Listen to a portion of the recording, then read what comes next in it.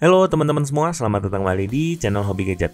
Jadi di video kali ini saya akan review sebuah smartphone dari Samsung, yaitu Samsung Galaxy A32, yang kebetulan udah cukup lama saya pakai, cuman baru sempet di review sekarang. Oke lah, nggak usah lama-lama, kita langsung review aja smartphone ini. Oke, ikuti terus video ini. Diperkenalkan pada tahun 2021, tepatnya bulan Februari tanggal 25. Samsung A32 ini menjadi smartphone kelas menengah yang dikeluarkan oleh Samsung dengan fitur yang lumayan menarik.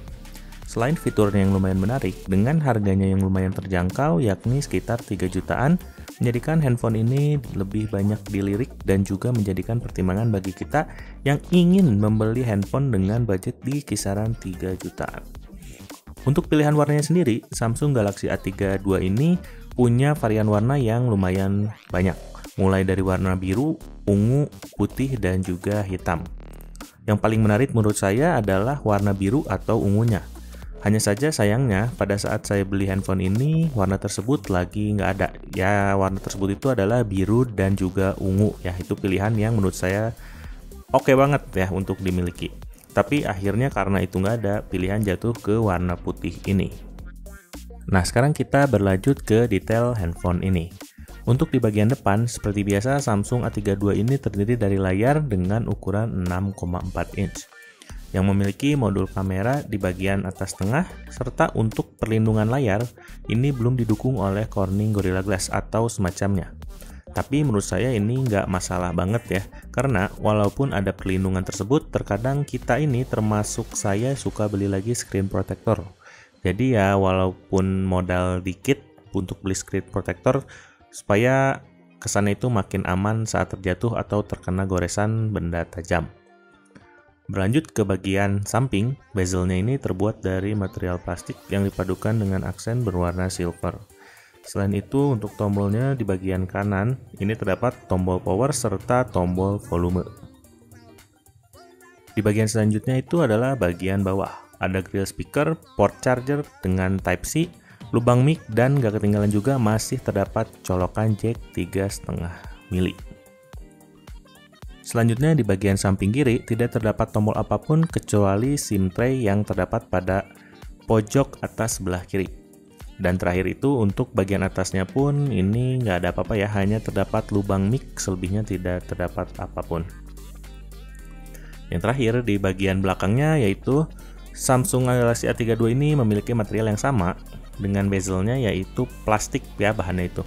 Selain itu di sisi lain terdapat bagian kamera 4 buah dengan konfigurasi vertikal, di 3 buahnya itu menonjol dan 1 buahnya itu terdapat di dalam bodi, dan disertai dengan flashlight yang sama-sama ditanam di dalam bodi yang jadi terlihat seperti rata bodi. Oke, sekarang kita berlanjut ke spesifikasinya. Samsung Galaxy A32 ini memakai chipset MediaTek Helio G80. Untuk GPU yang dipakai dia pakai Mali J52 MC2. Untuk RAM-nya 6GB dan internalnya sebesar 128GB. Untuk kamera belakang, untuk kamera utamanya dia 64 megapiksel, untuk kamera ultrawide ada 8 megapiksel, untuk makronya ada 5 megapiksel, dan untuk depth-nya dia ada 5 megapiksel. Dan untuk kamera depan atau kamera selfie dia pakai 20 megapiksel, serta untuk ketahanan baterainya dia pakai 5000 mAh. Untuk dipakai harian, Samsung Galaxy A32 ini ternyata lumayan enak juga. Apalagi dengan fitur-fitur yang cukup oke, mulai dari layarnya yang mendukung refresh rate sampai dengan 90Hz. Terus juga ada teknologi fingerprint under display. Dan untuk respon fingerprintnya ini lumayan cepet sih menurut saya. Ya memang nggak cepet-cepet banget ya, tapi cukup lah asal layarnya ini jangan kotor, karena kalau kotor terkadang agak susah untuk ngebaca sidik jarinya. Nah, untuk teknologinya sendiri, fingerprint ini masih pakai optical ya. Belum pakai ultrasonic fingerprint seperti flagshipnya Samsung. Ya memang mengingat harganya ya balik lagi. Jadi optical aja sebetulnya sih sudah cukup, yang penting ada fingerprint. Nah, selain fingerprint tadi, ada juga fitur face recognition yang juga menjadi standar sebetulnya ya di semua tipe smartphone untuk face recognition ini. Nah, jadi untuk buka layarnya cukup dengan scan muka kita aja udah bisa kebuka. Untuk keperluan sehari-hari seperti browsing atau sosial media, ini menurut saya udah cukup lah. Saya nggak ngerasain adanya nge-lag atau segala macam, untuk sosmed dan browsing sih ini udah bisa dihandle dengan cukup baik oleh Samsung Galaxy A32 ini. Nah, sebetulnya dari handphone mahal sampai yang paling murah pun kebutuhan kita balik lagi teman-teman ya. Jadi butuhnya itu ya untuk browsing lagi, untuk sosmedan lagi, dan sebetulnya sesekali memang main game ya. Yang paling menarik menurut saya di Samsung Galaxy A32 ini adalah ya balik lagi ya, layarnya teman-teman ya. Samsung Galaxy A32 ini memiliki setup resolusi 1080 x 2400 pixel ya. Yang artinya smartphone ini sudah mendukung layar Full HD yang impact-nya ini bagi yang senang nonton di handphone enak banget sih gambarnya ya. Jadi bisa dibilang nggak burik ya, jadi tajam gitu gambarnya. Dan untuk kecepatan refresh rate-nya sampai dengan 90 Hz-nya ini juga jadi makin enak buat nonton ya, terutama saya biasanya pakai nonton Netflix, nonton Disney ya. Nge-YouTube pun ini juga pakai yang resolusinya tinggi. Ya, nontonnya yang di 1080 ya atau Full HD ini enak banget. Nah, sekarang kita beralih ke sektor game nih. Gimana nih kalau performanya dipakai main game?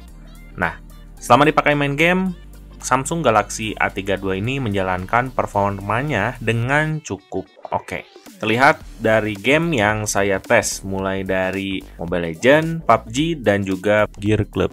Ketiga game ini nggak ada masalah lag sama sekali ya. Hanya saja dengan settingan medium. Ya karena kalau pakai settingan di maksimal akan lumayan nguras performa. Yang alhasil malah jadi agak lag gitu. Dan juga pasti handphone akan jadi panas karena kerjanya jadi 2 kali lipat. Nah, tapi berbanding terbalik menurut saya kalau untuk main Genshin Impact ini, kalau saya sih rasanya nggak nyaman teman-temannya, agak nge-lag gitu. Dan pokoknya kalian lihat sendiri aja, ini kelihatan kalau menurut saya nggak nyaman. Kalau dibilang bisa main, bisa. Tapi rata-rata FPS-nya itu kadang-kadang 30, kadang-kadang ngedrop juga.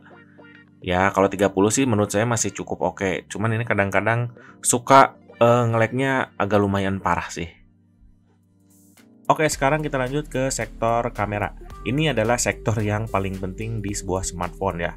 Nah, Samsung Galaxy A32 ini ada 4 buah kamera. Yang pertama itu kamera utama dengan resolusinya 64 megapiksel. Untuk urusan ultrawide dia pakai resolusi 8 megapiksel. Sedangkan untuk kamera yang ketiganya itu adalah kamera makro dengan resolusi 5 megapiksel. Ini berfungsi untuk foto-foto objek yang kecil ya, termasuk kayaknya objek semut sih ya, atau misalkan objek-objek yang lain yang pokoknya kecil banget. Dan yang terakhir itu adalah kamera depth dengan resolusinya 5 megapiksel ya, yang berfungsi untuk fotonya itu jadi bokeh atau blur di latar belakangnya. Oh ya, nggak ketinggalan. Untuk video recordnya Samsung Galaxy A32 ini juga mendukung Full HD dengan 30 fps. Nah, ini untuk contohnya masing-masing.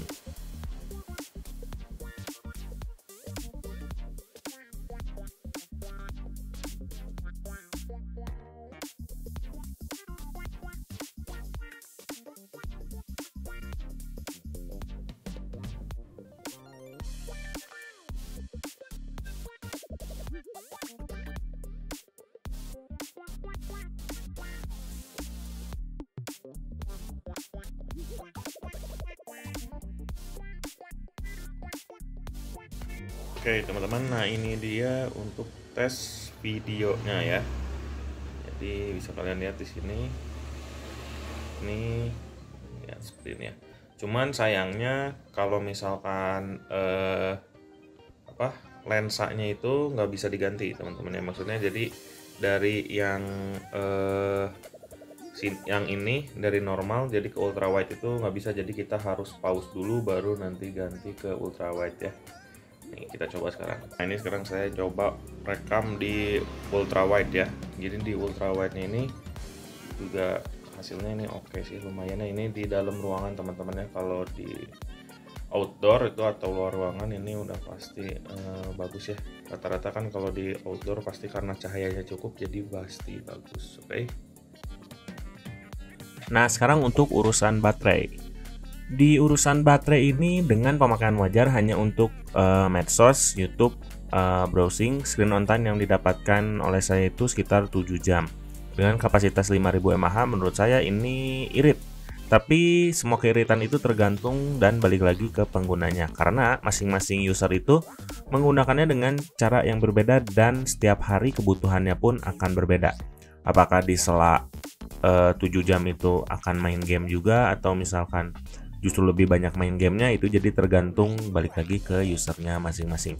Jadi 7 jam yang saya dapetin ini nggak bisa jadi patokan untuk kalian juga.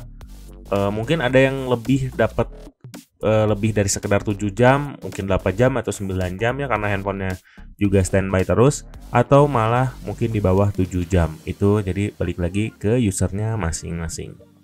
Oke, nah sekarang kita masuk ke kesimpulannya. Ada 2 catatan yang sebetulnya ini saya rasakan aja selama saya pakai. Yang pertama itu kameranya sebetulnya biasa aja pas di low light ya. Jadi walau dibekali 4 kamera utama, salah satunya itu beresolusi tinggi, yaitu 64 megapiksel. Tapi hasil fotonya masih kurang maksimal jika digunakan untuk di tempat yang kurang cahaya atau pada malam hari. Tapi mungkin ini akan lebih sempurna jika Samsung memberikan pembaruan software ya pada kamera Galaxy A32 ini. Nah, terus yang kedua ada fast charging yang menurut saya kurang begitu cepat. Jadi untuk baterai berkapasitas 5000 mAh ini rasanya kurang seimbang kalau dipadukan dengan teknologi pengisian daya yang cepatnya itu hanya 15 watt. Harusnya dinaikin lagi ya, mungkin 20 atau 25 watt.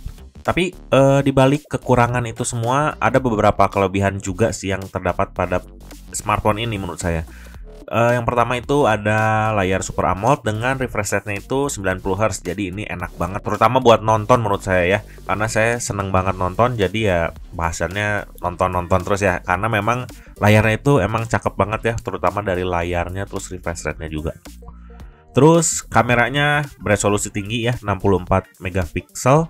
Dan juga ada fitur NFC yang cukup menarik perhatian bagi para pecinta ponsel tanah air ini. Ya, NFC ini sangat berguna banget kalau misalkan kita berpergian ke tol terus lupa buat ngisi e-money atau flash ya. Ini bisa terpakai juga sih, terutama kalau ada fitur NFC ini. Nah, jadi itulah pembahasan tentang Samsung Galaxy A32 ini. Mudah-mudahan bermanfaat bagi kalian, terutama bagi kalian yang mau cari handphone dengan harga 3 jutaan. Mudah-mudahan ini bisa jadi referensi ya. Nah, jadi segitu dulu aja video dari saya. Mudah-mudahan bermanfaat bagi kalian. Terima kasih yang sudah menonton dan sampai jumpa di video berikutnya. Bye-bye.